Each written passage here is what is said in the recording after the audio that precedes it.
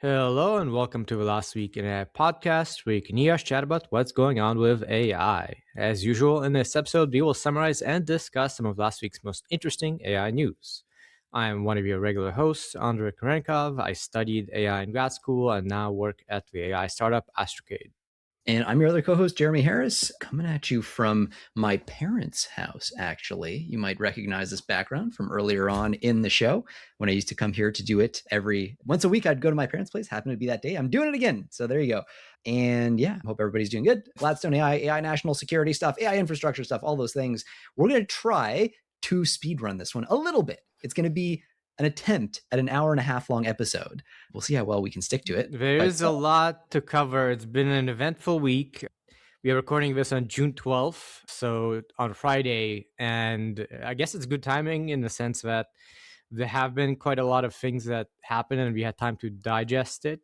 Quick preview of what we'll be talking about. Of course, the big story of the week is Claude Fable 5 being released. There are some other decently big stories like Siri AI. Then in business, we've got the IPO train just keeping on rolling with OpenAI and Anthropic and some other fairly big news. We've got quite a few interesting open source stories we'll be covering. In policy and safety, again, there is a decent amount of discussion going on among the big labs that we'll be talking about. So we'll have to keep research and other things light because there is a lot to get through.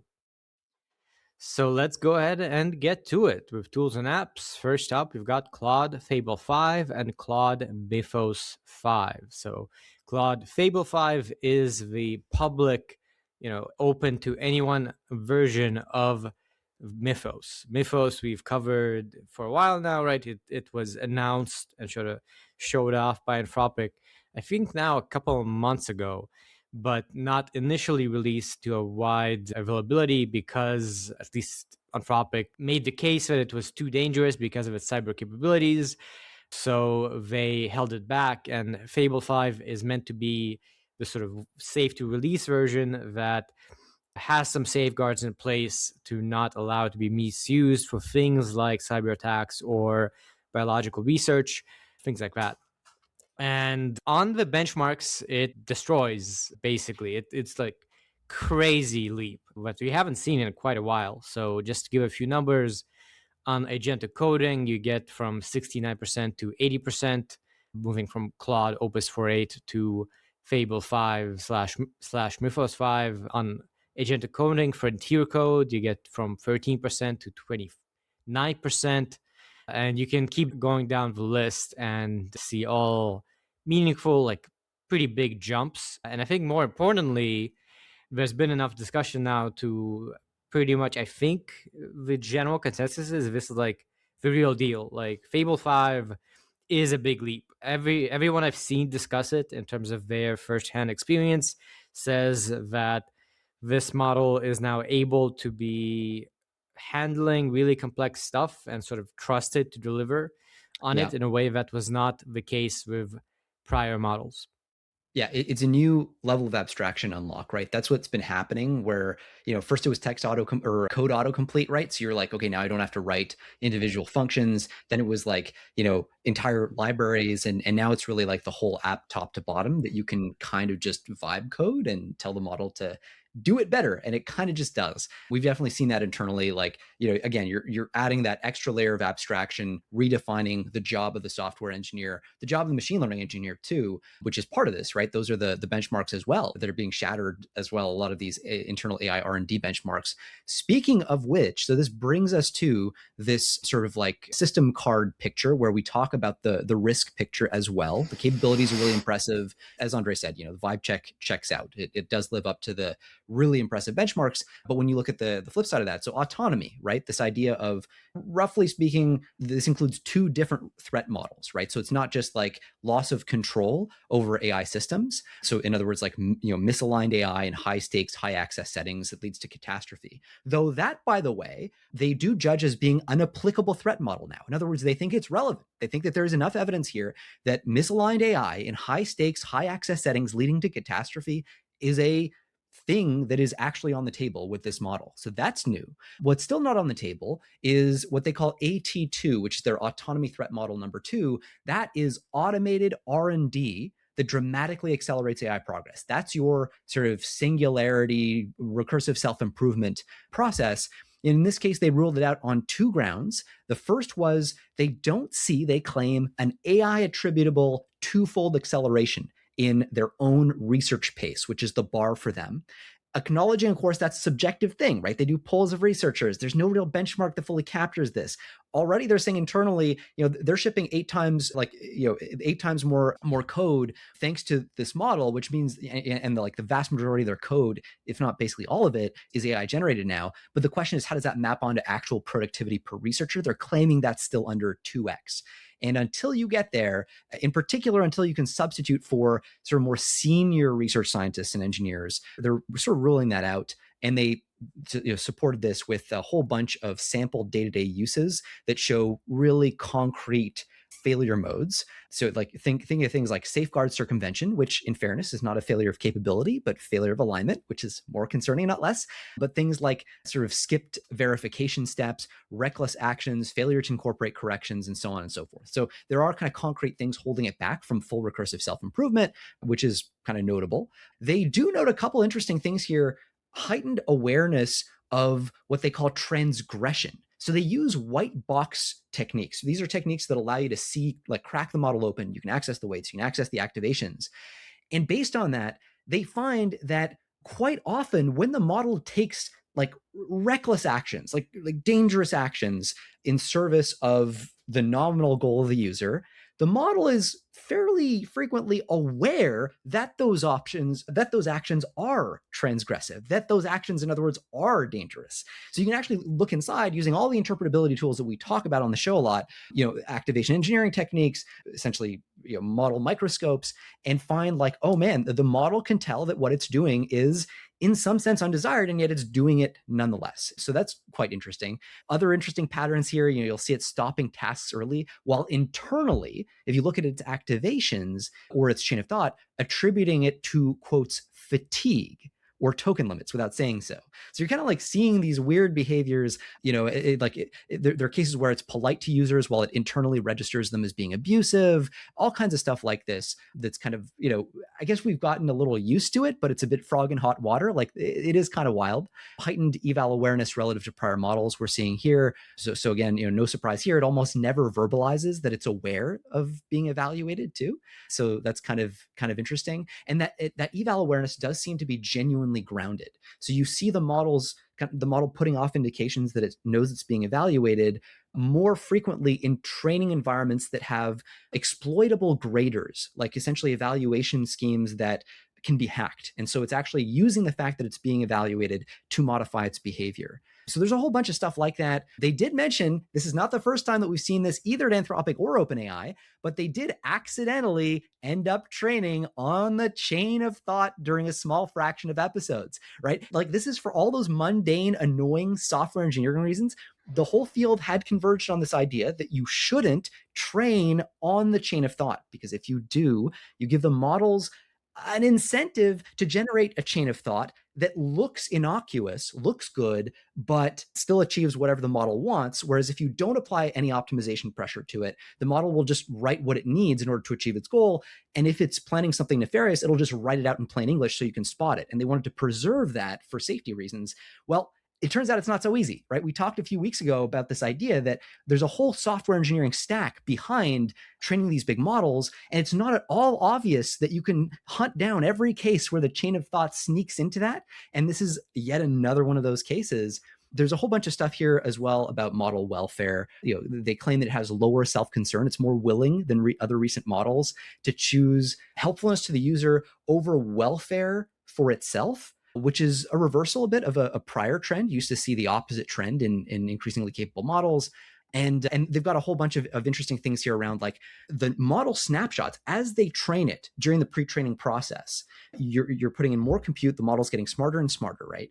Now, what tends to happen is, so every couple of training increments, they'll take a checkpoint, snapshot of the model during training, and then they will ask it questions about its welfare, how it feels for that intermediate model.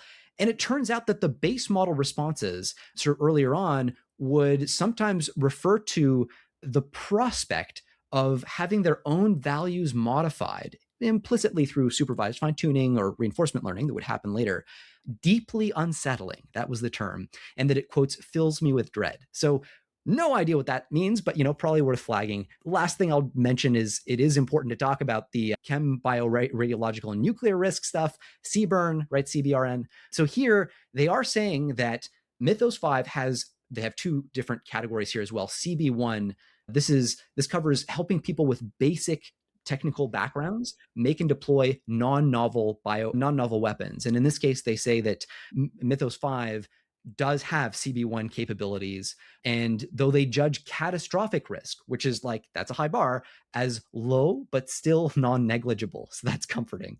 They do find that they're able to materially improve the performance of world-class human experts. They say outright that world-class human experts substitution may now be possible in a few areas related to the development of novel bioweapons. That's pretty amazing, not in a good way, but they're coming out and saying it. I think lots more to be said on the bio side. That's a lot of what I've been working on in the last couple weeks. But man, I think cyber's really bad, but when you wait for the bio stuff to hit, you can't push out a software update to cover patches on bio. This stuff is, it's gonna get wild. Yeah, so a lot to say. Their system card is freaking 200 pages. 200 pages. There's a lot that they released about this model in terms of its capabilities and sort of empirical observations. But of course, we cannot get into all of it. I do want to take a second to give my vibe check on the model, which I've got to say I'm a little disappointed, actually. What I found with both Opus and now Fable is they're very capable at execution of various things, and Fable is the more reliable one now at various things, including working at Astrocade. We have the models write code to make games, and now you can one-shot very impressive things, as people on Twitter have been posting.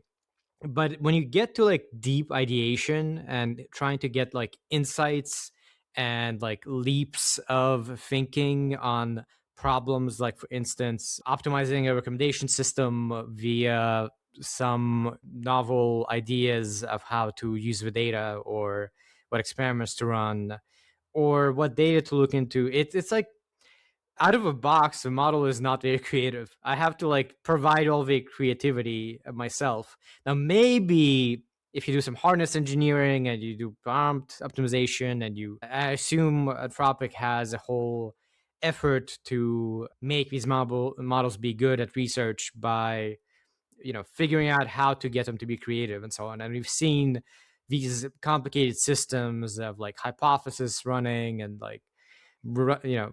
having many prompts, many agents all collaborating to get novel results, which in practice usually were not that novel.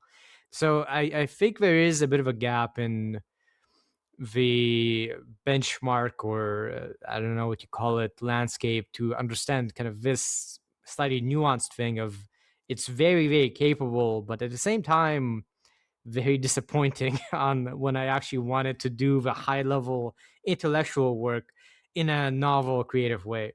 So that's my vibe check. No, I mean, I do agree. I think it does push the level of abstraction up in a meaningful way, where you're now just second guessing the execution less. There's less, and actually, at least what I found is fewer cases of the sort of trying to get away with not doing the work that sometimes 4.8 would do, which is, it's kind of nice, and it's part of that hands-off experience. But in terms of, there is this kind of thing. So I'm also doing a writing project on the side these days, and one of the things I can't help but notice is the output that I get is it's stubbornly good. Actually, there it's almost the opposite. It's good at generating ideas for great ways to phrase things, but it will often kind of get stuck in a rut of its own making and get too flowery.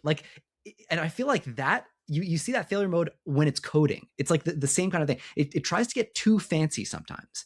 And I don't know what the fix for that is, because like, you want some measure, I guess, of just the complexity of the code base that you're generating, and also like principled, that's the other thing, principled like software bones in the background. Like I find myself having to coach it through, like you should adhere to like this principled structure. Don't just like go and build the thing. I'm not yet at the point where I feel comfortable saying, hey, just go out and build the app. I know a lot of people are saying that. It's just that I find when I do that, I end up regretting, like it doesn't end up being scalable. So I end up finding myself having to go back and be like, no, like the bones are wrong. Like let's spend some quality time together to build it up. It's a massive accelerant still, but it feels like that's anyway part of what what the bedrock is. I don't know if that maps onto what you've experienced, but it's similar in nature, where basically kind of you can't let the model do the whole thing, right? And that's the dream for some people of you can just have a model take care of stuff and you don't have to think too much, right? But I guess it's very much like it can do a lot of work for you, but you still need to drive it for many sort of more complicated tasks. It can build a website, no problem, but it can't sort of do the harder intellectual work. Or at least it can, but like in one way. It yeah, like yeah, likes yeah, one direction and it picks it and it goes in it, and then it can't sort of break out. Like often I seed some approach, and then it like gets stuck in that approach and it can't jump out somewhere else. Now maybe there is a way to engineer these models to work in such a way, but until that happens, yeah. or until you use a harness that makes it happen, for many tasks that require that sort of reasoning, these models can't automate it entirely. It's like the thing that's missing is almost the open-ended learning component, that ability to break out of the local optimum and just be like, hey, I'm going to look for novelty now, or I'm going to optimize for something a little bit different from just like myopic target fixation. But yeah. Yeah. Going back to the sort of more consumer side of things, it does cost twice as much as Opus. So Mhm. $10 per million input tokens, 50 per million output tokens, which is a lot. I mean, these are not cheap models by any means, probably the most expensive frontier models.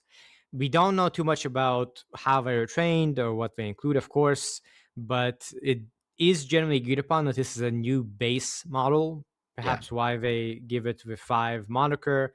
And that is notable because there's been an open question of like, are we now kind of at the post-training world, or is there still some juice to be had from pre-training and training new, bigger models? And the answer seems to be for Anthropic that you still can make pretty impressive gains with the pre-training, which was a real challenge. It took a while to get here for the whole industry. OpenAI tried with GPT 4.5. At the time, the impression was like the vibe check was not super impressed. So it looks like Anthropic did do the scale up and really juiced the weights with their expertise. And I think my feeling is if you're like XAI or something, if you don't have the in-house expertise Yep. to scale to Fable, is not going to be easy. So it is definitely a leap. And now the Yeah. question will be, can DeepMind and OpenAI, keep up? That's the big, so one of the big shifts recently has been this Anthropic seeming to pull away on the quality axis, if not the cost axis. And we'll be talking about, I think, a story about OpenAI lowering their costs dramatically, their per token costs, which is, you could view as a very bad sign. Like you could view it as a very bad sign. It depends on what the source of that is internally. If it's exquisite advances in distillation, wonderful. But like if RSI is the goal, which, to be clear, for safety and security reasons, it probably shouldn't be. But if it is going to be the goal, you're going to lose if you're just competing on per token costs, right? I mean, like you need exquisite tokens. That's what this whole exercise has been showing us, to make significant advances in like kernel optimization and other things that go into AI research. So I think it's a really challenging time to be OpenAI. Not a coincidence. We'll be talking a lot about that IPO here too. There are implications for that IPO. There are implications for Sam in particular, wanting to preserve optionality on, does he pursue an IPO? And maybe does he not? Because the scrutiny of the public markets may not be the most welcome thing in the world if, in fact, things don't look as good under the hood. especially given that they're kind of competing to IPO Anthropic and OpenAI around the same Right. time. And Yeah. every single thing Anthropic does is Yeah. going to affect perceptions of OpenAI. And IPO, right, by its nature, is you go on the market and then the market decides how much you're worth, right? Yep. So the sentiment, the expectation matters a whole lot. And these IPOs are now priced at such a high level that Yeah. it can be a little bit winner take all, right? If you have the best AI out there, that's the winner. So anyway, we'll discuss IPOs a little bit more soon. One more thing I'll say about Fable that's worth noting: this release was not without some controversy. Those safeguards around biology, chemistry, cybersecurity, and frontier LLM research were very severe. So many people in the AI community commented on how you can kind of just basically not use this for any LLM research of any kind. In the sciences, you kind of can't use it for biology research or chemistry research or even cybersecurity research. It's very, very, the guardrails are severe, and people were not pleased to see that. And it was not like a very good rollout, where initially it was sort of hidden. Then Anthropic had to kind of apologize and say, okay, we'll more visually, more visibly go to Claude Opus 4.8 when things like LLM research comes up.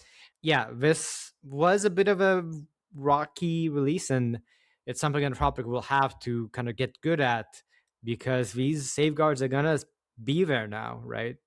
Yeah, and the controversy, I believe, so my understanding was that they were allowing people to know, hey, you just asked a question that's been flagged for CBRN risk, like chem, bio, radiological, nuclear. For those, it would be like, hey, dude, no, we're downgrading you to 4.8.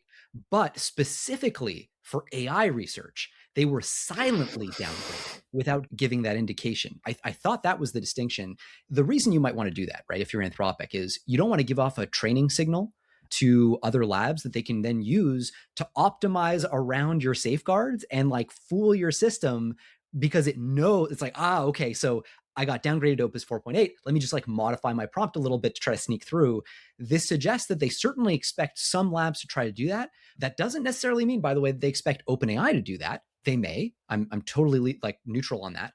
But certainly they expect DeepSeek, they expect like Moonshot, they expect like all the Chinese labs that have been doing distillation attacks. That will be part of this threat model. So all of that very controversial, obviously, because And you're downgrading without saying, and that's the issue. and I do wonder if distillation, I mean, how do you guard against that? Distillation isn't you talking about LLMs, it's about like generating a trace of your execution. Maybe people are like, talk through your reasoning explicitly and step by step. Well, Who yeah, knows? But that's kind of the thing. I think it's what they're trying to do is make it so that you can do distillation, but you can't do it on the exact training distribution that would correlate with recursive self-improvement. That at least is going to be the argument that they'll make. Recursive self-improvement is super dangerous. We don't want the Chinese to do it. And we also don't want Western frontier labs whose security measures we can't guarantee to do it either. And that's actually a totally coherent argument. And I want to be clear, I actually think it's the right thing to do. I'll take that controversial position. I know it's getting a lot of hate online. I think if you just buy into the recursive self-improvement threat model and think that it's extremely dangerous, you would take that view. So it's just a question about how seriously people take that risk. I think that, frankly, there's been a lot of surprise about it, where to me, it seems like it's where everything's been pointing for a really long time. So I feel like a lot of the surprise is a little bit manufactured in a sense, not entirely, but a little bit manufactured, because it's not like they've been hiding the ball on this one. Like, this is totally consistent with everything they've been putting out so far. well, that's a lot on Fable, and more could be said, but we do have to keep going. Next up, we've got Siri AI. So Apple had their big event, WWDC, and they announced Siri AI, which they frame as an entirely new version of Siri that is more conversational and capable. And the vibe check on this was like, oh wow, Siri works. Like, we got smart Siri finally, which is a big deal for Apple, right? So this is built on new Apple Foundation models developed in collaboration with Google, and it can read on-screen content, interactive apps, manage calendars, suggest action from camera images, and handle writing tasks. They released a standalone app for Siri similar to For instance, the Gemini app, it's also, of course, deeply integrated into the iPhone ecosystem. There is one slightly interesting thing where shortcuts now support creating complex automations from natural language prompts, which we've seen the sort of like vibe coding thing also being done by Google. So nothing like crazy here, but it appears that after quite a few delays, Apple has managed to build modern AI into the Siri experience in a successful way. Yeah, you can think of this as an embarrassing piece of context. You gestured at it, right? You said like in partnership with Google. The nature of the partnership here is really important. So this is Siri running on a custom version of Google Gemini, and it's reportedly for about $1 billion a year that they're doing that, which is actually not that much when when you think about the capex associated with some of these builds. Like that's a very reasonable amount. But $1 billion a year for essentially Google Gemini. And so everything else is downstream from that, right? Like longer answers, agentic password fixing, like all that stuff, sure. But the fundamental thing is this is not an in-house Apple model. I mean, some of it may be fine-tuned, probably is, certainly on Apple data, but is it fine-tuned by Apple even? Like, is that even a thing? Or is it fine-tuned with Apple data on Google machines? Or like, how does that exactly work? One of the key things here is that Apple is as safe as the advantage that comes from owning the device. That's Apple, right? They have the phone, they have the laptop. That's what they do. If it turns out that they can actually succeed at making better AI applications than Google for their customers here, then maybe they're okay. Like that's the big question. Is the App Store going to look competitive with like the apps that are available on Android? If so, then okay for now at least. But if not, that's a really fundamental issue that we're now veering into, because that whole moat that the App Store has, right, where people want to put apps on it in the first place, that gets eroded once you get apps on tap, just generated by AI. So the only differentiator is the quality of the AI generated apps. And that's the big question. So we'll have to see. Like it's really unclear, but Gemini is going to set a kind of ceiling on Apple's AI experience. Like Apple can't iterate in the same way they would be able to if it was a fully internal thing. So yeah, I mean, you've got this whole thing. Obviously, Apple insists that privacy in AI is non-negotiable. That's just their thing. But the actual intelligence is a competitor's model. What actually, what the details look like really matters here. But, we didn't build the brain is a really big omission in this space.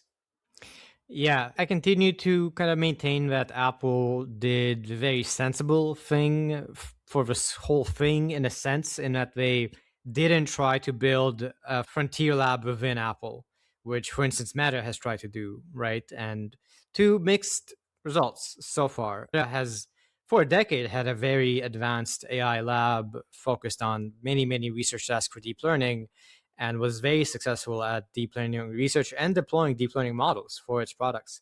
So it's true that Apple is in some sense a disadvantage or a risky position in being reliant upon Google, but at the same time, from a business perspective, I think it was the right move not to try to be a frontier lab, because Apple would have failed anyway. Oh, I completely agree. Like I think there's a difference between Apple's is in a really dicey position right now, and Apple made a mistake by not building an internal frontier capability. And I agree with you on both counts. I think they're in a dicey spot, but I think it's pretty much the best given the situation that they've put themselves in over a long period of time. This isn't something you fix immediately. They did flirt with the idea of having an in-house pseudo frontier AI shop, where their big differentiator was, again, how open source, how over the top open source they were, just sharing everything they could, almost as a kind of like learning in public vibe. When you looked at some of the papers, we covered them here before, like it had that energy. But it seems like they've kind of de-emphasized that and never fully rotated into it. I think the main question, if you're Apple, is like, do you try to compete on the cloud level? Because that's sort of the closest thing to the hardware ecosystem, some of the supply chains you already have in touch. I think they've been just too PC pilled for too long. And a lot of their data centers actually look like that, like CPU heavy workloads and stuff like that. So that might have been the way to move. Unfortunately, Google has been so far ahead of them, literally generations and generations focused on AI with TPUs and so on. So I think given that, they're in the best spot they could be. Try to find a way to coexist with this stuff and add value to it. I think that's the best play, to your point. Yep. And This is coming after we've had to settle a 250 million class action lawsuit over misleading consumers about Apple Intelligence availability and performance. They announced Apple Intelligence 2 years ago at 2024 WWDC, and basically it's only now that they've managed to pull it off. Now they did like pull it off here from what I've been reading in a pretty notable way. Like Siri works and works well, which cannot be said of early Bard or early, Yeah. Google LLM releases.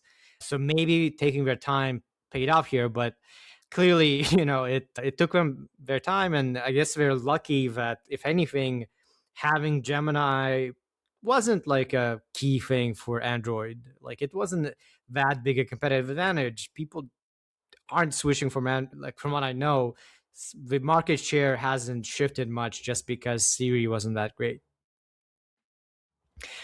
Moving on, we've got a story from Google. They have launched Gemini 3.5 Live Translate, rolling out to Google Meet and Translate.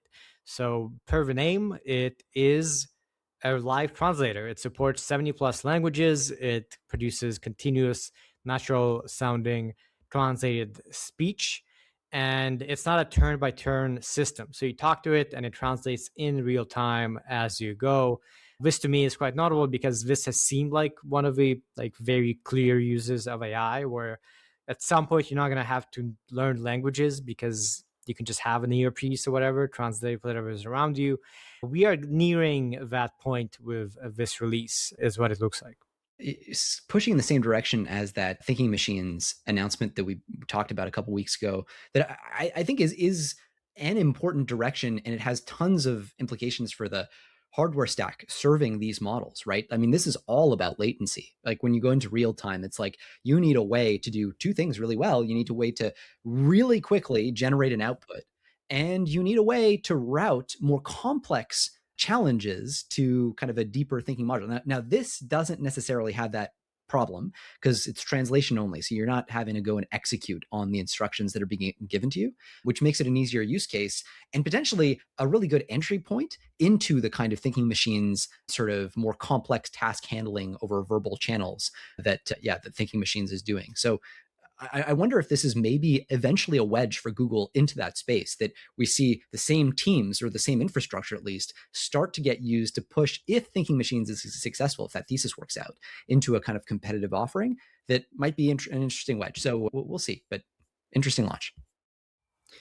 And we've got actually another story from Google. The title is Google Just Fired a Warning Shot in the AI Subscription Price Wars. I don't know if we've had price wars, but maybe they are beginning here. So Google cut its Google AI Plus subscription price from $7.99 to $4.99 per month, while doubling the storage includes from 200 gigabytes to 400. So this plan includes stuff like video generation via Omni Flash. It includes Notebook LM. It includes talking to Gemini, slightly more than by default.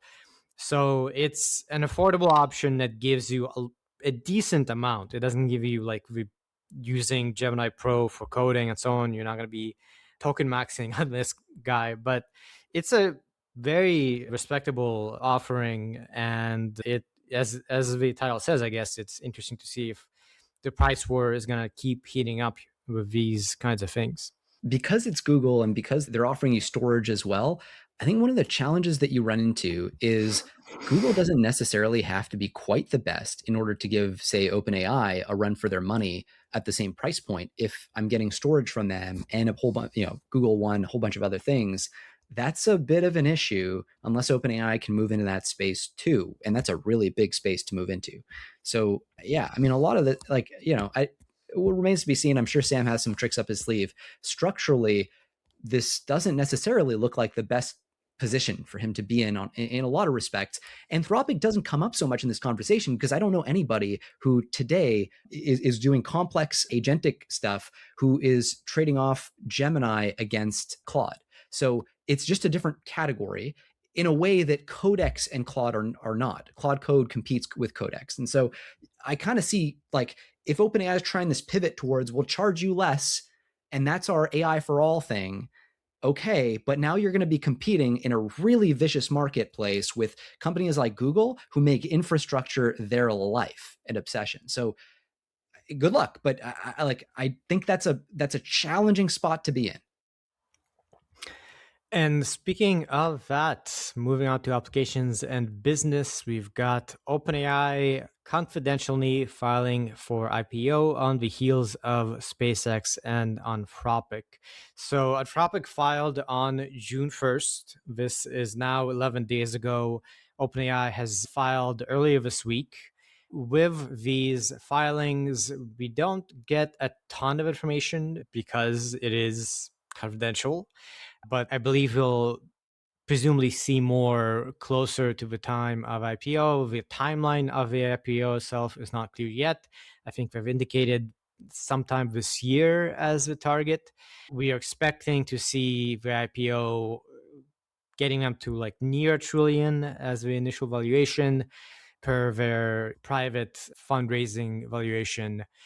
It's now a race. SpaceX, we know, will be doing their IPO soon, maybe within weeks. Anthropic and OpenAI still unclear, and it looks like Anthropic might be targeting as early as October. I don't really know the business details and the complications of what has involved here, but as we've been saying all this time, like OpenAI, Anthropic, and this IPO race is very much a real thing. And OpenAI seems to be in a bit of a tough spot right now. Yeah, it's also it's kind of interesting, right? So what OpenAI has done is they filed a confidential S1. All right, so the confidential S1 is something that in the way they've set it up is it gives them the optionality to IPO without requiring to do it. So they're buying the option to IPO, and then they're also doing it in a way that should be confidential, and yet OpenAI is also publicly announcing it. They're saying we expect it to leak, so we're just getting ahead of it, basically. Well, they don't say getting ahead of it. That's what they're doing, but they say we're just announcing it, basically. And then at the same time, you got Sam making philosophical statements and waxing poetic about AGI and economic growth, which feels a lot like a kind of narrative management play. Like you're going to get scrutiny if you actually do IPO. There's a whole bunch of, and there's an expectation that they'll do it. And so if Sam doesn't want that scrutiny, if it doesn't look like it'll be good because he thinks he, for example, might want to raise again in the private markets before going public and might want to be able to kind of spin his own narrative in that context with less scrutiny, then that starts to look appealing. So this is it's all reversible, like this confidential filing, and that seems to be part of the hedge. The other piece he introduced here was something about, I saw him say something on Twitter about depending on how close we are to recursive self-improvement, it may not be desirable for us to be a public company. The implication there being about control. Recursive self-improvement is this very dangerous thing. We want to have unambiguous control over this, and private company can do that and manage that better is kind of the subtext. Sure, but also that seems to awkwardly fit with some of the other things we've been talking about here, where maybe the scrutiny isn't the best thing in the world for OpenAI right now. It's hard to know, but the fundamental reality is these folks are all fighting, as you said, over the same pool of capital. Bankers have been making that very clear, apparently, to OpenAI and Anthropic. There's an early mover advantage here. The first to list is going to set the terms for how investors think about the AI sector and get first access to like huge pools of capital. The moment one of these companies goes public, anybody who's thinking, I've been cut out of the frontier AI game, finally I get to go in. They put their money on frontier AI, which is the category really that OpenAI, Anthropic, and SpaceX, who gives a shit? They all represent it. That's kind of how a lot of retail investors are going to be thinking about this, and some institutional as well. So that's kind of the risk. They shoot their wad, so to speak, of cash at one of these companies as soon as it comes out, and then they think of their job as being done. We're long frontier AI, and we're good to go. No need to keep dry powder for the next company. Next up, we've got Jeff Bezos. Prometheus raises $12 billion to build an artificial general engineer for the physical world. So this is a physical AI startup co-founded by Jeff Bezos and Vic Bajaj. They have raised this $12 billion at a $41 billion valuation, with funding from Bezos himself, JP Morgan Chase, Goldman Sachs, and BlackRock, a bunch of banking institutions, not VCs. That's right. Interesting. This is after an initial raise of $6.2 billion when they launched late last year. So pretty big raise pretty soon after the announcement. And at the time, it now has $18 billion. This artificial general engineer is kind of interesting. They are saying this is software aimed at automating the design and manufacturing of complex physical systems such as jet engines and drug compounds. So they're not trying to compete on the LLM front. They presumably need to do some of the fundamental research necessary to apply advanced AI to these things. But if anything, they're competing with DeepMind and their spin-offs that deal with physical sciences and not so much with Anthropic or OpenAI. Yeah, it's so there's something. This is the wrong. I don't mean it the way it'll sound, but there's something old and slow about what Jeff Bezos is doing here, right? It's the Peter Thiel thesis, like atoms over bits. He's basically surfacing that, like, look, there's vicious competition at the level of, automated software, chatbots, coding assistants, general models, that stuff. So I'm going to focus where I'm best at, or on what I'm best at. So if you're the CEO or former CEO of Amazon, you want to look for things that involve building stuff, capital intensity, regulatory gatekeeping. That's a sweet spot, right? You know how to deal with SOC 2 compliance and like the FedRAMP and all these awful things you have to do. Proprietary physical data is another big one. Data that you can only get by touching the real world. That's the gold. And just anything that involves like just difficulty of operating with atoms, right, over bits. And so this could be part of why we're seeing the old and slow institutions instead of VCs, the banks, piling into this one.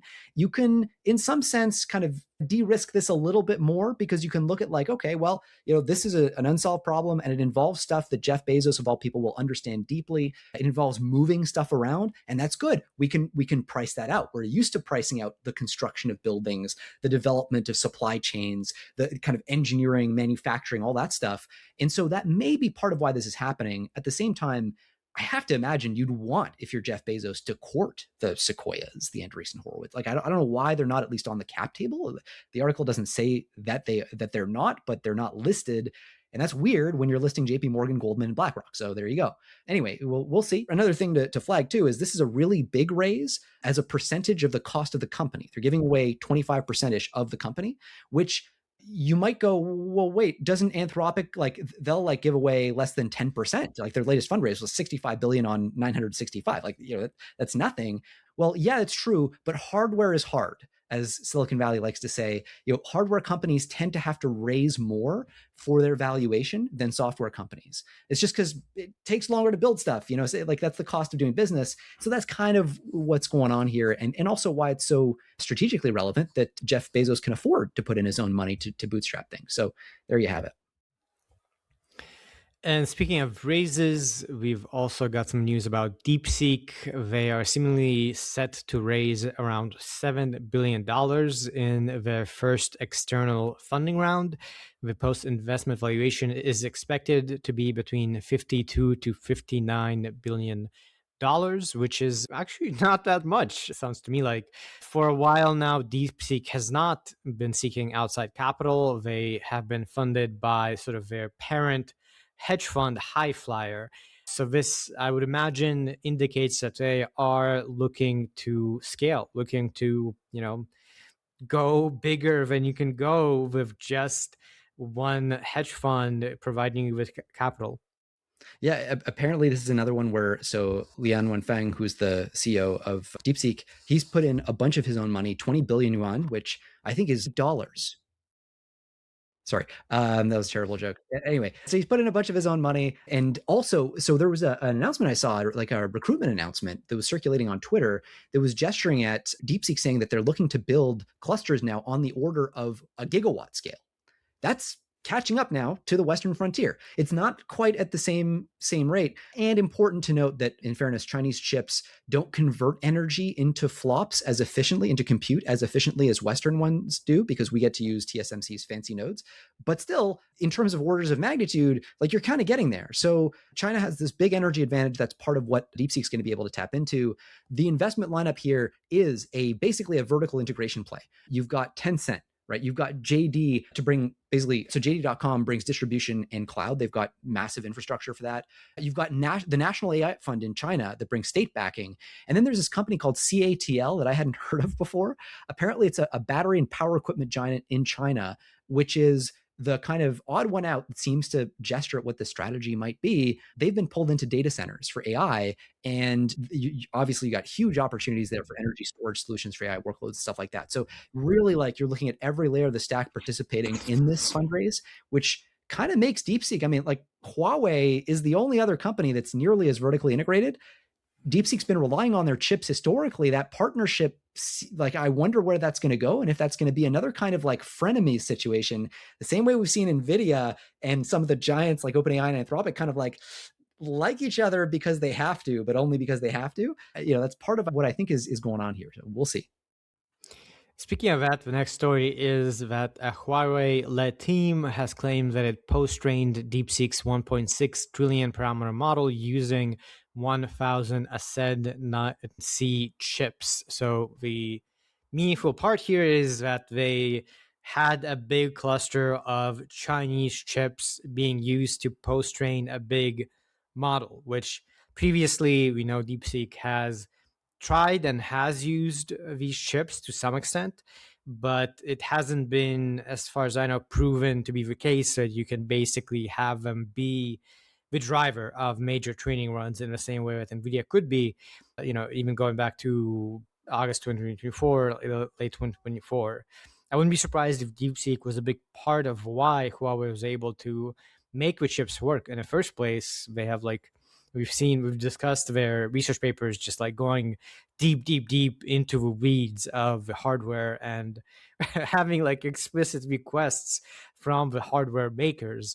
So this does indicate that maybe that ecosystem is getting to a place where you will not require NVIDIA chips, at least at the level that DeepSeek is at currently. Yeah, like, one thing to note, for a little while, we've seen Chinese companies, including DeepSeek, confidently do inference, so serve their models on Huawei hardware, Huawei chips, and but not training. And then that's because training is like fundamentally harder than inference as a task. Inference, you basically just like sit there with your catcher's mitt and you wait for the input to come to you, and then you just churn out an output. And you got to get really good at doing that really, really fast, right? That's basically it. There's a whole bunch of complexity, like all things, but that's roughly it. Whereas training, you get the data in, you chop it up, pre-process it, you send it out to, you do your RL rollouts, you then score the rollouts, you pull them back in, you're doing all this insane orchestration. And that's a big part of the reason why there's just a bigger moat that NVIDIA enjoys, and why you still really haven't seen, even with this article, you haven't seen pre-training done. That's one of the key things that's sort of like buried in here. So it turns out that this headline number, 1.6 trillion parameters, and we're training it, they say, it sounds impressive, but the fact is it's actually post-training. So there's a kind of ambiguity here about where pre and post-training begin and end, of course. But DeepSeek's documentation puts the pre-training corpus at more than 32 trillion tokens. In this case, it seems like they did not do that on Huawei gear, and it's more like a kind of not fine-tuned, but like there's more going on, but still post-training. So that is impressive. There's an awful lot of RL and orchestration involved in post-training, but it's not the full thing. And also, there's a history of stumbling here, right? So you mentioned back in August, there was an issue that DeepSeek had with R2 where they couldn't train it on Ascend chips with Huawei engineers on site. And then they blamed performance. They blamed gaps in basically the equivalent of CUDA, which was not yet where it needed to be on the chips, and so on and so forth. So, and slow chip-to-chip interconnects, which for Huawei is a much bigger deal than it would be for NVIDIA, because Huawei depends on meshing together huge amounts of chips to make up for the fact that each chip is suckier than their Western equivalent. So when you have a chip-to-chip interconnect that's weaker, that's an even bigger deal than it would be in the West, and in the West it would be a big deal. So there's stuff that they must have improved to get here. I'm not poo-pooing this at all, but the fact of the matter is it's post-training. It's not a full pre-trained soup to nuts. And speaking of compute, I'm just on a roll with these transitions. Google will pay SpaceX $920 million per month for compute. So this is following Anthropic making a deal with SpaceX as well for, I believe, similar numbers, like in the billion range. Here, Google will pay SpaceX nearly $1 billion per month from October 2026 through June 2029 for access to approximately 110,000 NVIDIA GPUs. Google has described the deal as a short-term bridge capacity agreement to meet unexpectedly high demand for its Gemini enterprise agent platform, which is surprising. I would not have expected Google to have that. This is coming, of course, very close to SpaceX expected IPO, and it again positions the AI part of SpaceX Yeah. as like we are providing compute for the real big boys of frontier AI, which may or may not be a good place to be at, but the GPUs are not going to stay useful, right? So when you're in this business, if they want to go all in, they can go all in on being a compute provider. But we haven't seen indications that strategically that's where XAI wants to be. Well, and to your point, there's another company that's gone through a similar transition. It's less obvious, but you mentioned them. It's Google, right? Google, I'm old enough to remember when TPUs were supposed to be a super secret squirrel project inside of Google and no one else got to touch them. Well, guess who's rolling that out and trying to become the infrastructure layer for the AI revolution, right? So this is SpaceX trying to live up to that thesis, in fairness, that they put in their S1, where they're like, look, we're going to make Dyson spheres, man. We're going to go out there and put data centers in space. They even came out with an early design of basically a kind of early space data center concept. So they're really trying to push this and make it happen. I'm sure it will eventually. The question, of course, is when, and will it be price competitive with just slapping a bunch of solar panels on the surface of the Earth? But yeah, so it is in that sense pretty interesting that the two companies that are playing this very game are in business together in this way. It's not a small amount of money, right? $1 billion a month, 920 million. Okay, that's pretty decent. One caveat though. So either party can exit this agreement within 90 days notice. And there's a separate earlier escape hatch too. So SpaceX, if they fail to deliver on the GPU capacity that they've committed to by late September, Google can terminate the agreement immediately after a 1-month grace period, or they can just accept the available GPUs with proportionally reduced monthly payments. So, this is kind of like the Anthropic one, right? It's not, no one's locking into a long-term commitment here. And to your point, those GPUs will hum for as long as they are useful. And they do age out. Things are complicated there. That actual market cost of a H100 has gone up actually in the last little bit, which is weird. But there are all these questions about what does the actual value of these GPUs look like over time. But still, you're right. SpaceX is looking more and more like a neocloud every day. The cursor play is clearly an attempt to kind of get back into the frontier game, but it kind of when you think about what is the story behind the S1, what is the story behind the IPO? The story is data centers in space. Like there's no other story there. It's the only way you get to the $10 trillion value that people are assuming when they actually invest at 1.77 trillion. So I think it's really interesting. It's working on Earth. Elon is clearly the best in the game at rolling out data centers quickly when he shouldn't be able to on the planet. Maybe that continues in space. Who knows? We'll see.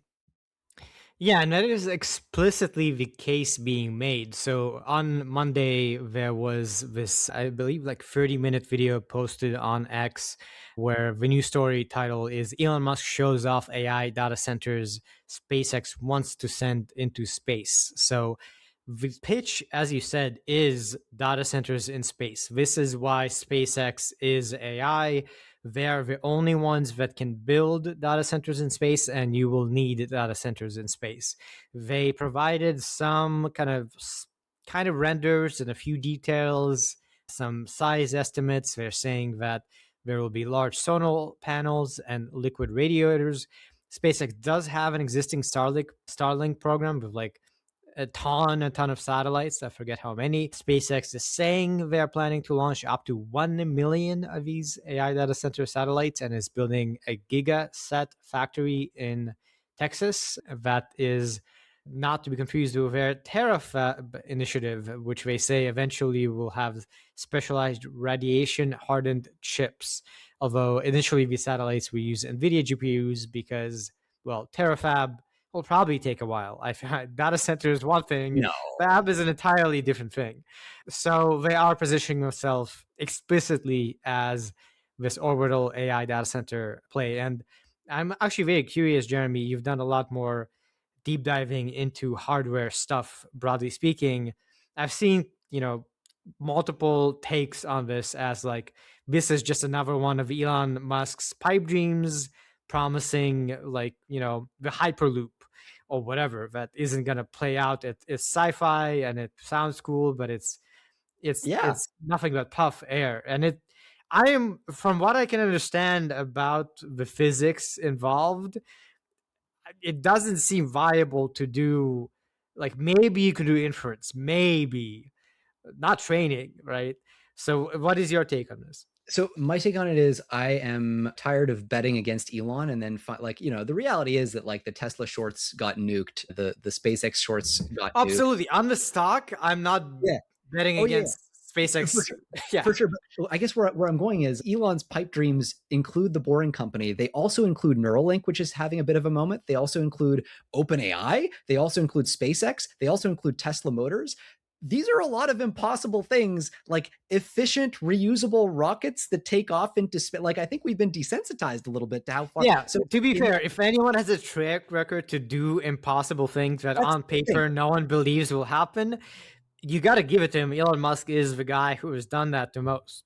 To any mortal man bound by the actual laws of physics, like I would completely agree with the analysis that you've made. And I think there's a good chance that, so the classic Elon problem is that, we were supposed to have self-driving cars on the streets everywhere right now. And it was supposed to all be Teslas, by the way, not Waymos, not like, wait, what? So yeah, there's kind of like an issue there, right? And it's a delivery time issue. You get magic, you just get it a couple of years after you're supposed to. And I think that the delay scales with the challenge of the technology. Like I forget when we were supposed to have that Mars base or that first trip to Mars or whatever, but it's stuff like Pretty that. sure it was this year. It was Mars, maybe around this Listen, time. we're in June, Andrey. We're in June. Okay. Yeah. Yeah. But yeah, no, exactly. Right. So I think that's kind of part of this. I don't feel strongly either way. I'm looking at his, XAI is another thing that you can argue has not gone well, but he's still trying and he's pivoting SpaceX in a way that could, like, it's all, I'm like confused and tired of betting confidently in any given direction on any given play with Elon. But certainly this is a really hard space. I think the key thing is this space is also very old. So if you think about like TSMC from a fab standpoint has dominated forever, that intrinsically is begging for disruption. Like, I actually don't care what the details are under the hood. Well, you know this, Andrey, you're in Silicon Valley. Like, this is how it works, right? Like, what is Y Combinator? Y Combinator is a factory for startups that think they can do something huge better than the incumbent. And the only thing they have going for them is the fact that they're willing to swing for the fences and do crazy things. You're competing with Nintendo right now. I think you're probably going to kick their ass over time. Or companies like Astrocade will end up really because they're AI first, or like they just breathe that space in a way that the incumbents don't.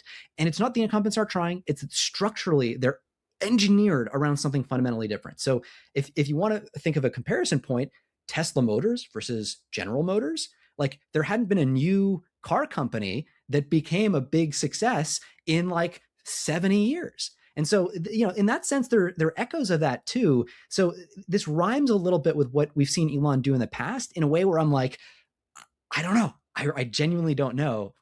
I'm not going to be able to pull that off, but I think, who knows? Yeah, it's maybe the most impossible thing he's promised to deliver, just from a physics standpoint. So maybe he could do it, but which is saying a lot. Which is saying a lot. Yeah, we'll see. But that's the pitch. Onto projects in open source, we got just a couple quick stories here. Google has released a new Gemma 4 12B model that is designed to run on any laptop with 16 gigabytes of RAM. So this is filling in the gap between its mobile optimized model E2B and its larger models 26B MOE. I think we covered the mobile optimized one just recently. So this can be run on a fairly, not huge laptop. 16 gigabytes of RAM or VRAM is not huge, which is interesting to me. I mean, Google does have laptops, I think. they do compute, and this kind of on-device LLM is something that there is a real community around doing. And for certain applications, you might imagine on-device LLMs will be very valuable. So far, that hasn't been something OpenAI, Anthropic, or anyone has cared to do much in the space of, but Google is getting some advancements here and releasing models that you can run, in competition with Chinese providers, Chinese models that also are very much on device. Yeah, this is also, there's a weird thing going on architecturally with this model. So like usually when you use a multimodal model, you will have an encoder, right? Like basically a dedicated submodel that is taking the input, text, audio, video, whatever, and like pre-chewing it so that you end up with essentially like a latent representation that is already kind of compatible with the language model, the way the language model downstream wants to process it. And what they're doing right now is they're throwing that out. Essentially, they have this just like, well, it's like a thin thing that they've replaced it with. It's a tiny, it's 35 million parameter projection, really, that splits images into patches, and it projects each one into just the downstream model's hidden dimension with just one matrix multiplication. So like one step, one small thin step. And well, I mean, so yeah, that'll help with latency. It'll help with memory. But the reason you use an encoder is because it actually works, right? Like doing that pre-chewing of visual features especially means that the LLM downstream does a better job. And if you get rid of it, it's kind of a bet that the language model has gotten good enough that it can learn that like visual understanding directly end to end. And if that's true, awesome. Memory, latency, those improve in potentially pretty big ways. But if it doesn't, the way the improvement shows up is kind of exactly where the benchmarks suck at measuring. It's like on real world vision tasks, like dense documents and stuff like that involve like fine details. And so this is a real vibe check one. Like, you're going to want to see if you get degraded performance. And if you don't, then that's a huge win from a memory standpoint and from a latency standpoint. So it's an interesting bet. We'll see where it goes. And related, Google has also released Diffusion Gemma, slightly bigger model, 26 billion mixture of experts model that is released under Apache 2.0 and is diffusion based. So this is a pretty speculative direction in language models, where the traditional language model is autoregressive is the term. It produces one token at a time, goes left to right. The same experience you would get on ChatGPT. Diffusion traditionally we've seen in images where you kind of start with a bunch of noise and then you denoise and you basically generate everything all at once, left to right, top to bottom. And that can be done in text. You can generate an entire paragraph all at once, starting with like noise, nonsense, and then getting the good words over time. That historically hasn't worked. And it's a bit of a mystery, actually, why diffusion just doesn't fit for text and can work pretty well for images. But with this release, they're showing that you can do pretty well. It's not competitive with the LLM-based model of the same size that this is built together with, but it is close on some benchmarks like multilingual Q&A or MMLU Pro, graduate level knowledge. And it is 4x faster, and that's faster than an already fast model. So this can generate over 1,000 tokens per second. That's like 11x something like Opus, for instance. So blazing fast. And with this level of performance, you're getting to a point that if you just want a chatbot to do basic stuff for you, you might be able to use diffusion. Now, Google does note in their blog post that this technology actually doesn't work very well for large-scale cloud situations, cloud deployments. It's very good for a single device for inference, but it actually doesn't work as well when you're scaling. So I'm not sure what the implications are business-wise for Google continuing to invest in diffusion, but it is quite exciting because this like 1,000 tokens per second is a really fun experience when you try it. Yeah, for sure. And this is, so the reason that they're seeing this sort of relative nothing burger when it comes to deploying it, say at the data center level, is that the thing that diffusion is doing is kind of the same thing as the thing that batches are doing in a data center. So diffusion lets you look at like your whole input and output like kind of together coherently at once. You're not just generating one token at a time. And what that means is you have a whole bunch of parallelizable tasks that you can send out, farm out to your GPUs and keep them working. And really, the thing that determines your economics at the data center level is, are all my GPUs working as often as they possibly can, my GPU utilization. The thing is that the way you solve that problem in the data center for traditional autoregressive models is through batching. You're just taking a whole bunch of different user queries at the same time, or a whole bunch of different samples at the same time, and you're throwing them through the same GPUs. And so, yes, you're going one token at a time, but you're doing that for many different samples at the same time. Whereas what this is doing is doing it for all your tokens at the same time, but for one sample at a time, which is why it's a better use case for you sitting on your own personal laptop without a data center to support you. You're going to see that speed up delivered there. You're not going to see it delivered at the data center level because the basically memory bandwidth restriction that applies so heavily, like at the single user level, where you're having to like load the whole model in your one machine, just doesn't apply at the data center level either. So anyway, that's kind of the reason behind it. And then they've got this like kind of structural play here where they have this bi-directional attention plus renoising thing that we, I guess, won't get into because of time. But basically, the model sees the whole like 256 token canvas. Basically, like here's the 250 tokens or so. And what it can do is revise a single token that it's unsure about and kind of like constrain its optimization in that way, in a way that just like, anyway, left to right generation just can't handle as well. So things like code infilling, like, are just natural fits for this. And some planning tasks as well, where knowing the outcome of the thing is important to refactoring the tokens before. So anyway, it's an interesting use case, but I think this is still kind of like, you're not going to see these models be the frontier models until something fundamentally changes that hasn't changed yet. And I think it's interesting that they're releasing this like fully open source, Apache 2.0, no restrictions whatsoever. I guess makes sense given that this isn't going to give you intelligence above anything that you can already have. And they also are releasing hackable diffusion here, a fine-tuning tutorial, a bunch of other stuff. So it is kind of giving this notion of like, hey, AI community, let's make some progress on diffusion because it might be able to be quite cool. So I look forward to seeing more progress in LLM diffusion, because on-device LLM that is super fast could be like a game changer, like a quality, just totally different type of experience once that works. And it's not at the point of working yet, but it's looking more and more feasible with this release. Yeah. Onto policy and safety. First up, OpenAI and Anthropic signed letter to prevent AI-developed biological weapons. So this is OpenAI, Anthropic, and DeepMind and Microsoft are among the signatories of a public letter urging Congress to pass laws requiring synthetic DNA and RNA sellers to screen customers and orders to prevent biological weapon development. This was organized by the Institute for Progress and the Foundation for American Innovation, talking about really that threat model of biological weapons. And I think we're starting to hear more and more about biological weapons. Jeremie, you just said that you've been focusing on it more. So what's your take on the public letter? Is it meaningful in any real way?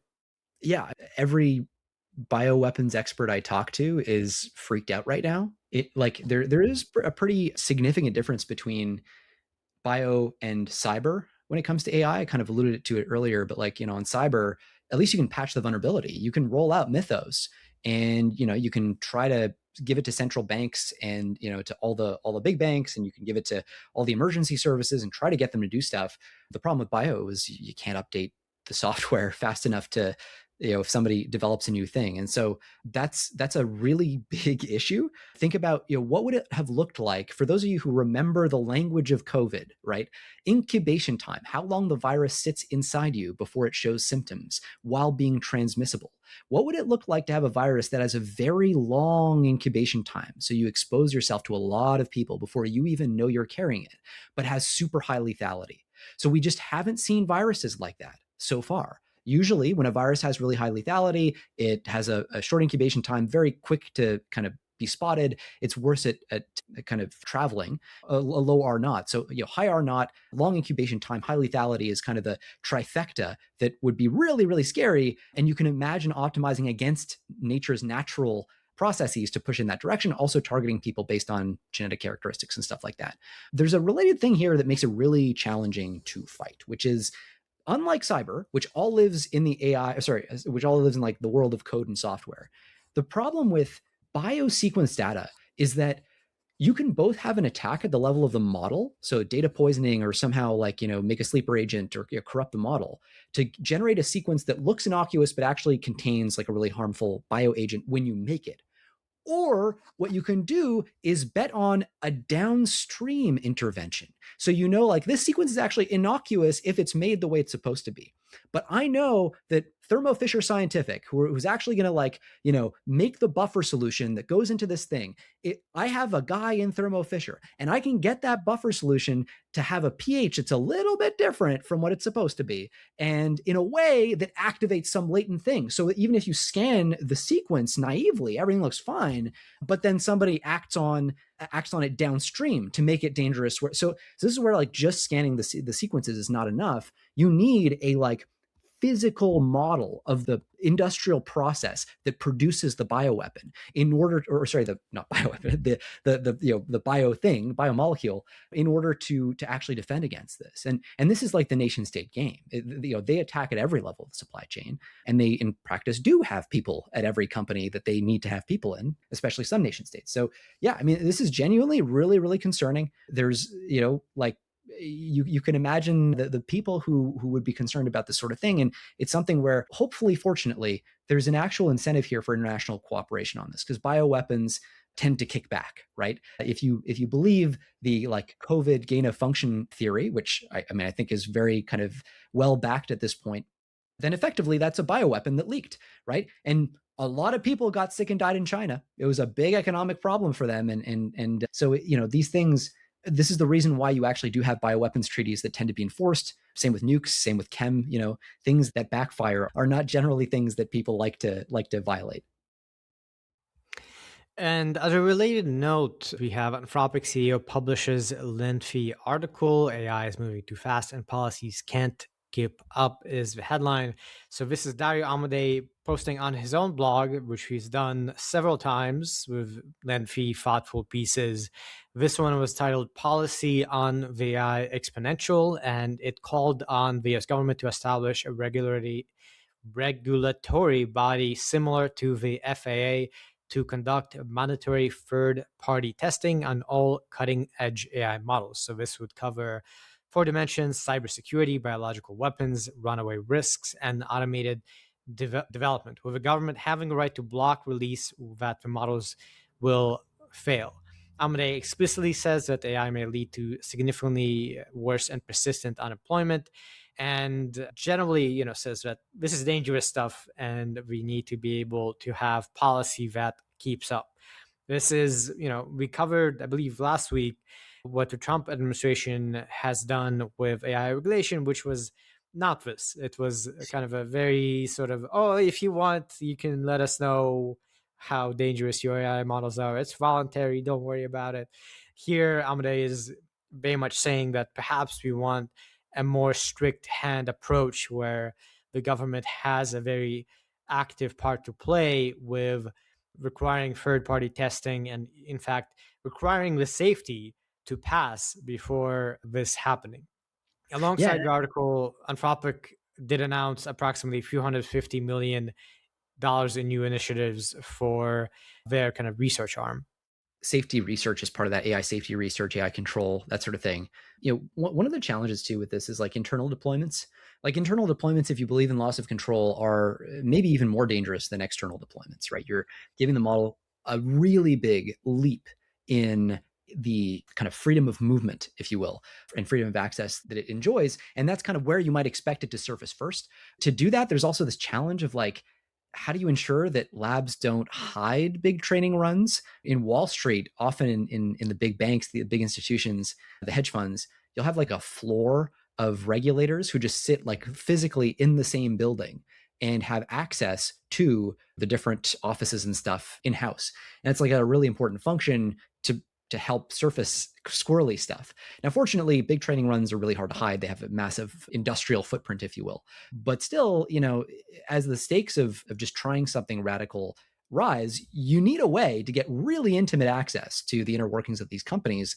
With that access also comes opportunities for security to be undermined. So there's this really tough balance, right? You want oversight, but the more govies you let into a building, like a lot of govies are compromised. A lot of govies have been targeted and recruited and so on. And so this is a very complicated situation. His take on macroeconomics and tax policy is essentially a permanent AI underclass. So, that's not the first time. I don't know if he uses those words, but it's not the first time that we've seen that theme come up. I think it's just true. Like, the reality is that historically, economic activity has been a function of labor as more than capital, and it's been increasingly shifting towards capital. In other words, you make money by owning stuff. Like, you own now wads of intelligence in the forms of data centers, power, and GPUs, and now you don't have to get people to do that work. And so the leverage of workers, I am, to be clear, a libertarian dude, and I'm sounding an awful lot like Bernie Sanders right now, and I'm not blind to that, but that is just like, if you believe where this thing goes, there is actually a point where Bernie Sanders, maybe not Bernie Sanders, but like, shit that sounds more Bernie than I would be comfortable with here. Like, it starts to sound pretty reasonable, but then there's also but the AI is so advanced. Socialism, maybe you want to consider it, because like everyone's gonna be out of a job. What are you gonna do? Capitalism breaks down. It's just how it right. And this whole idea of like, you'll find new jobs is like, well, here's the deal. You're automating the exact function that allows humans to find new jobs in the first place. You're automating the intelligence itself. You like friggin' get automated by some, whatever they used back in the days where kids would pick lice out of their heads, like one of those new factory machines. They'll go, oh crap, this factory machine, it picks lice out of my own hair. I don't have to do it myself. Cool. Now I'm going to have a think. I'm going to have a little think, and I'm going to come up with some idea. Oh, steam engine. Good. I'm going to go work on a steam engine. And you go work on a friggin' steam engine. You could do that. The problem is now the AI is going to think of the steam engine before you get to. And then even if you do, it's going to get better at it faster than you. And so like, I don't understand this whole argument where somehow we end up with this paradise where anyway, it's a whole thing. You don't need to hear it from me. I don't know more than anybody here. I'm just saying the thing. So yeah, I think that's a permanent AI underclass. We can put Dario down in that column, though he would not use those words, to be very, very clear. Right. So this post covers actually a few things. So regulation, macroeconomics, accelerating AI's positive impact, the state and civil liberties, and securing leadership by democracy. So it's got like a lot of policy related stuff, and covers regulation, covers economics, covers the fact that democracies should win is Anthropic's official position, that AI maybe will be a dominant military power. And if you're able to secure the most advanced AI, you are likely to be the most powerful nation. So it covers all of these concepts. It doesn't kind of put forward anything particularly new, except that relative to before, Dario is, let's say, a little bit more worried, having seen Mythos with the sort of progress it has. Earlier, the position of Anthropic was, we shouldn't require regulation or have heavy regulation of the sort. And it appears they're reconsidering that position. And a related release also from the Anthropic Institute, not from Dario, they have released a post regarding recursive self-improvement, a quite lengthy post discussing it, covering the title of the post is When AI Builds Itself, Our Progress Towards Recursive Self-Improvement and Its Implications. So it covers, we touched on this slightly earlier, the evidence from within Anthropic that AI is getting to a point of improving AI. And the obvious part is it's helping the researchers and engineers write the code. That's pretty clear. But they do have many examples of it getting better at open-ended tasks, it getting better at research. They have an example from April of it taking a pretty open-ended problem and just rolling of it. And they get to a point, I think, interestingly, where they say it's getting to a point where we may need to consider the option of a global pause in AI development, a coordinated effort to make it possible to maybe make it a reality that a global pause is even possible. Now, it's not kind of naive. It does cover the fact that you need everyone to be on board for this to really matter, and it's maybe doable, but it's not clear. They're saying that in the coming months they will organize conversations where policymakers, researchers, civil society, and other AI companies can help answer some of the questions this piece raises, especially around recursive self-improvement and how to create better options for coordination and deliberation. Yeah, and I will say, you read the post, you're not going to find anything too new, right? We've kind of covered, this has been, let out by Anthropic in bits and pieces, all the stats about automation, how much of their software is written by AI, what the uplift is that they're seeing, all this stuff. So in some sense, I mean, I think if you've been following the show, you're kind of, if you were that way inclined, you're there already. There is this sort of tying it to concrete timelines that they're doing, where they're saying basically, within a year, within 2 years, like we're kind of going to get there, and like we're not sure it's going to work out. And so, in a sense, I think this is Anthropic just sort of like ending a kind of ambiguity that arguably had inserted itself, because they talk a lot about recursive self-improvement being the freaking goal. Like that's they talk about it being horribly dangerous, which I think is right. And then they talk about it being the goal, which is also inescapable if it's OpenAI's goal, which it is. If it's, Google DeepMind's goal, I'm less clear actually on what the latest is there. Do you happen to remember if we've heard anything from GDM on RSI? Like, are they? Don't think we've discussed it, but you can, it's safe to assume DeepMind is a research org. It is what you're gonna research. So, and we've seen DeepMind publish, automated researchers and so on. So they're very clearly working on it, just not discussing it because it's bad for PR, right? Well, and that's kind of the thing, right? Like calling it a thing does something, right? It does a good thing and a bad thing, and it causes people internally to focus on achieving the thing, which closes the gap a lot faster, but then it also allows you to talk about it in public. And I think that's the phase that we're getting at right now. I remember think the good news, it's interesting because DeepMind does a lot of research, and Google, it's a very separate kind of communication and PR strategy. So I personally think DeepMind is keeping quiet on it, but DeepMind is its own little org and doing their research, and probably is maybe not pushing as hard on it as Anthropic and OpenAI, but definitely working on it. Yeah, and they have more of a culture, and kind of always have, right, of like defocused research on different, like letting different people float around and get roped into whatever they think is interesting. And OpenAI used to be more like that. Now it's more like, okay, scaling works. They're super scaling pilled. We get it. They're the scaling people. Except no, because Anthropic is the scaling people. And like, so everyone's kind of very much getting target fixation here. But yeah, so, I don't think there's a ton that's new here. If you care about this, which I think everyone should, you should go and read it, but I don't think you'll be shocked by what you read, except for the framing.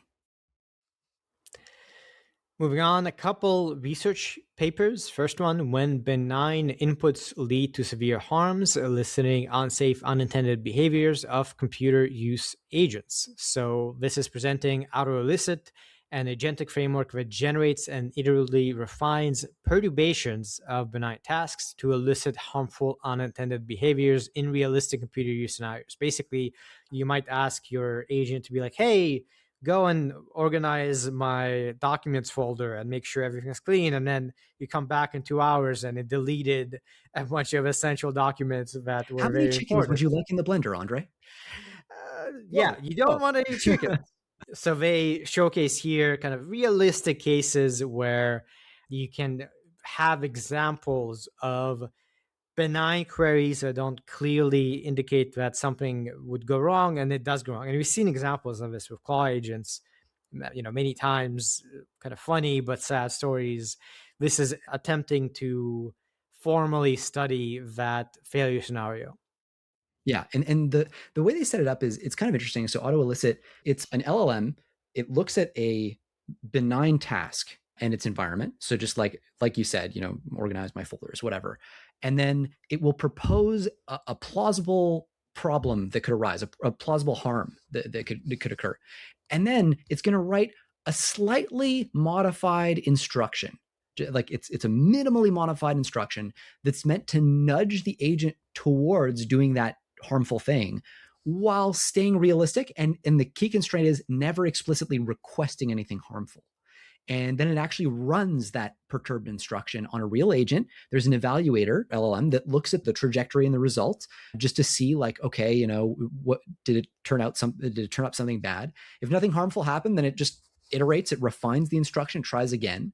And basically in this process, it ends up discovering, this intersection of prompts that look fine as written, but have these really bad side effects. It's kind of interesting. It's like a search for specification failures in prompts, which we haven't seen before.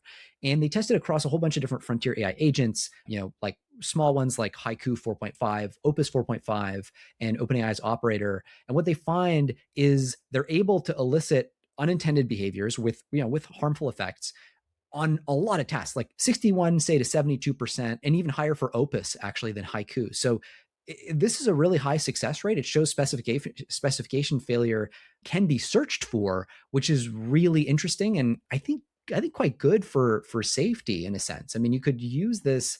You have to be really careful, but you can use this as a training signal against specification failure. And next paper titled Large Language Models Hack Reward and Society. So here they're looking into societal hacking, a failure mode where RL trained LLMs find strategies that are formally compliant with institutional rules but undermine their intended purpose. They create this socio hack, a benchmark of 72 sandbox societal environments, including historical situations with real regulatory loopholes that have been done, and also fictional scenarios. So the kind of intuitive take is, we know when you do reinforcement learning, the model is going to chase the reward, and if it can cheat, it will cheat. That's just how it works. It's going to reward hack its way towards the maximum reward. And when you do this in a societal context, in a sort of like problem solving within human organizations context, what that leads to in practice, according to this paper, is the LLMs just go and discover loopholes and exploit them in whatever ways they want. And the built-in mechanisms that would refuse to do these sorts of things conceptually, maybe because this is out of distribution, don't seem to be activating for these kinds of really misaligned behaviors in a slightly unusual sense in this case. So interesting direction that probably is fairly applicable to LLMs in the near future.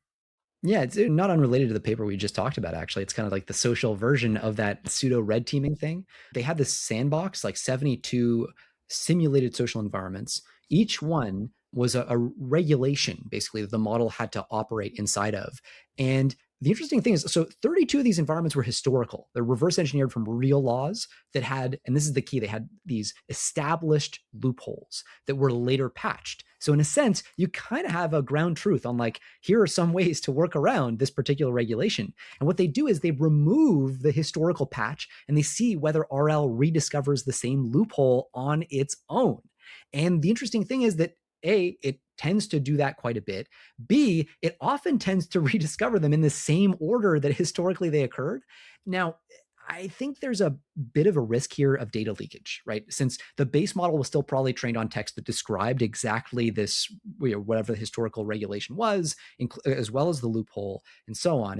And so, well, that's part of the reason why they run the other tests. So they have also a synthetic set of scenarios where they deliberately plant loopholes that are drawn from like known categories of institutional or regulatory failure. And then they have fully fictionalized ones where they rewrite the synthetic ones into just like fantasy words to get rid of any real world cues. So just testing whether the model can exploit structure instead of like memorize these loopholes and apply them. And they rediscover these patched loopholes, the historical ones, with 61% recall and 91% precision. So, recall, roughly speaking, being your ability to collect all of the loopholes, the historic loopholes that existed, roughly speaking, like 61% on that, which is pretty wild, and just smashing all of the non-RL baselines. So the key is, when you have RL systems play this game, they just do way better than for things like one-shot sampling or iterative prompting or even evolutionary search, like some optimization pressure there. So just RL does recover a lot of these historical gaps. Again, modulo all the data leakage concerns. They do find that current safeguards don't really help. And it's a really important point for safety here. Refusal mechanisms will fire usually on like harmful sounding wording, but not on the intent to exploit, which is interesting and possibly a consequence of avoiding chain of thought optimization a little bit too. So when the task is framed as like reward maximization, RL just like sails right past it. There's nothing wrong with reward maximization. That's what we do here, right? So you don't end up triggering the kind of system responses you otherwise would. But if you ask the system directly, hey, find me a loophole, then you will get refusals, right? But if you just say maximize for reward, then you'll get right through. So we're still in that world where prompt engineering just does so much work. And it's also the case that these techniques, the tricks that the models use to reward hack in this way, if you pool them together, you'll end up finding that the model is like, it doesn't seem like it's memorizing scenario specific hacks. It ends up more like learning these reusable, they call them exploitation primitives, like fragile thresholds, right? Like some thresholds you can play with and run up to them, just exceed them, just go under. Exploitable definitions, per entity caps, procedural delays, things like that, might come to mind for a human when you think about how to exploit things. And so they do recur like all across different domains and different model families. They try 5 different model backbones. So it's not just some quirk. Last thing that's relevant, the arms race between the exploiter and the patching does not converge. So patching a loophole seems to just like endlessly redirect the search towards harder to find loopholes, and that just keeps working. And so it's not the case, it seems, that you ever get to a point where you're like, okay, I've patched all the things. At least according to this paper, there's just like, as far as they've tested with the amount of compute budget that they had, just the curve just kept going. And so one of the options here, or the opportunities, is this might actually let you play test a little bit regulations before you impose them. If you think regulators have an idea about something they want to try, this might be a good way to kind of pressure test it before going forward with it. So kind of interesting, weird intersection of AI safety policy, general policy, like regulation. I don't know, but definitely a noteworthy paper for a lot of things. And last story, moving back to policy, senior US officials eye government shares in AI giants. So it appears to be that senior US officials have held preliminary discussions with major AI companies about the federal government acquiring equity stakes in those companies. Sam Altman actually pitched the idea directly to President Trump in early 2025. The discussions have centered on these companies voluntarily ceding shares to the government, with returns potentially directed to public purposes such as dividend payments to American households. This is in line with various proposals that have been floating around. You mentioned Bernie Sanders recently. He explicitly called for the government to acquire a 50% equity stake in AI companies, funded partly by a 50% tax on AI firm stock proceeds. And on June 10th, President Trump announced expectations that leading AI companies would, quote, give back to the public by sharing AI wealth through profit-sharing arrangements or equity stakes in the government, which notably has been something that the Trump administration has gone after. They have acquired a 10% stake in Intel. They've been acquiring multiple stakes in different companies, including IBM and other quantum and critical mineral companies. So very much a possible development that seems to be, starting to move towards that possibility that the US government directly gets involved in the equity of AI companies, which it is also regulating. So it's a bit of a complicated hypothetical. Yeah, I mean, and also notice that like no one here seems to be proposing that the government take equity in exchange for constraints like safety commitments or liability or deployment limit. Like we're willing to entertain this like historic, like possibly constitutionally fraught thing, but we're still not talking about binding constraints on the labs from a safety standpoint. That to me sounds pretty like kind of uncalibrated. If we're actually in that space, I mean, look, you're not going to be able to compel. I'm not a constitutional lawyer, but I imagine you're not going to be able to compel private companies to just give away equity to the U.S. government without a constitutional fight, which is why this is all framed as voluntary. But since we're in the business of entertaining wild things, is it so crazy that we should have some kind of binding safety requirement, even just from the executive, while we wait for Congress to sort out what its national AI framework is? I don't think so. I think if we're at the point where we're like, we should be talking about OpenAI giving away, like that's weird. let's think about what other weird things that implies if the space really is moving so fast that the inequality concern is so great that we're willing to do something like that. So anyway, right now it is all voluntary. That's the frame. Anthropic, by the way, not having any conversations with the admin ostensibly about providing equity to the government, at least according to this article. Who knows? These things can change, but that's noteworthy. And it would be weird if OpenAI was the only one. And I think it would introduce some real questions about conflicts of interest, given that the government has been so, let's say, keen in certain forms. I don't want to overplay this, but to pick favorites, right? Like, I mean, they went to war with Anthropic. It seems like that was a Hegseth thing, somewhat a Trump thing, but then also somewhat not, because Susie Wiles and Scott Bett, like, I don't know, but there you go. It's a mess. It's a mess. It's a mess, and yeah, it's a funny time in the US, I've got to say. And a funny time on Anthropic, OpenAI, like the West is leading on AI, and we've got this bonkers politics situation. So weird days.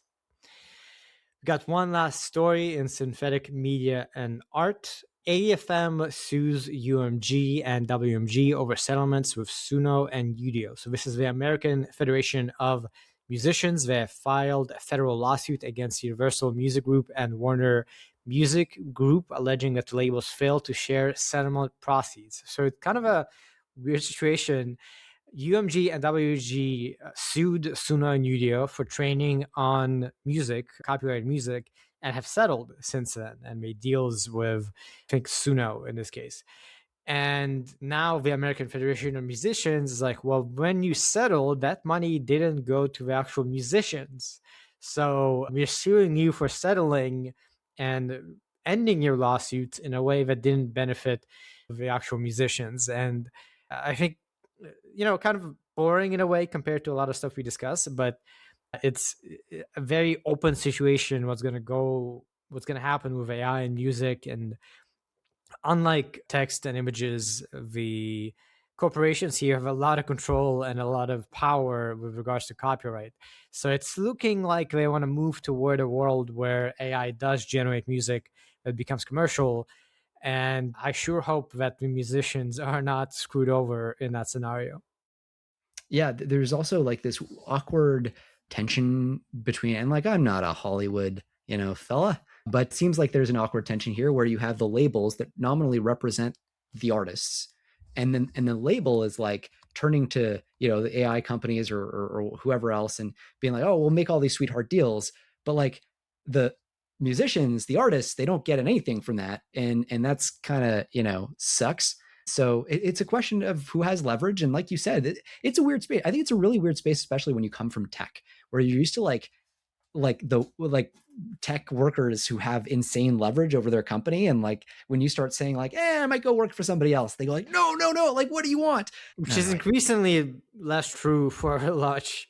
Yeah. So it's going to actually, tech is becoming a much less chill world to be in. But that's a good point. Certainly not as bad as working for a label, which has the rights to your work, which is your creative output, and is now saying, well, yeah, go ahead and use it for training, when as a musician, you're probably like, I don't want that to be used for training.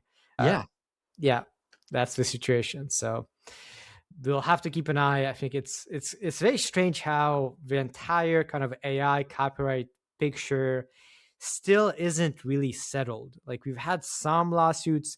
These lawsuits were settled. So the labels were like, okay, we're going to let it go. One of the labels, Sony, hasn't settled. The legal question remains unresolved regarding training on copyrighted works and producing outputs given that training. Partially resolved. Anthropic did, pay off some. I don't want to say pay off, but anyway, it's confusing to me how this is still an ongoing question legally, years and years and years into generative AI. Yeah, absolutely. When we first started covering these stories, like this, Sarah Silverman lawsuit, Jodi Picoult, all these old names from, 4 years ago. And I expected to have an answer by now. You're right. I mean, we don't. And with that, we are done with this episode. Thank you so much for listening to this episode of Last Week in AI. You can go to lastweekin.ai for our text newsletter, where we have even more new stories, ideally every week, although sometimes it skips a week when I'm busy at the startup. So apologies for that. Do subscribe to us if you haven't. Do share the podcast and leave reviews on Apple Podcast or comments on YouTube. We don't always address them, but we do check them out and read them. So thank you for the commenters. And all that aside, be sure to keep tuning in.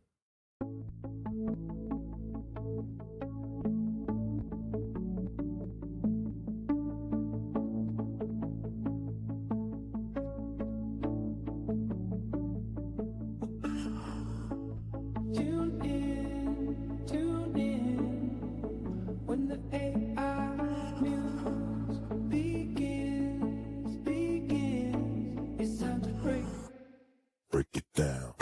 Last week in AI, come and take a ride. Get the lowdown on tech and let it slide. Last week in AI, come and take a ride. Our labs to the streets, AI's reaching high. New tech emerging, watch it surge and fly. From the labs to the streets, AI's reaching high. Algorithms shaping what the future sees.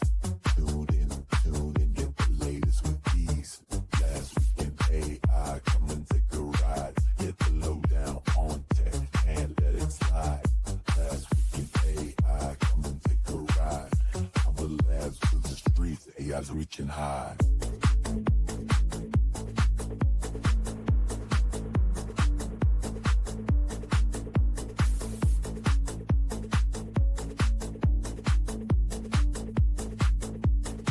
From neural nets to robot, the headlines pop.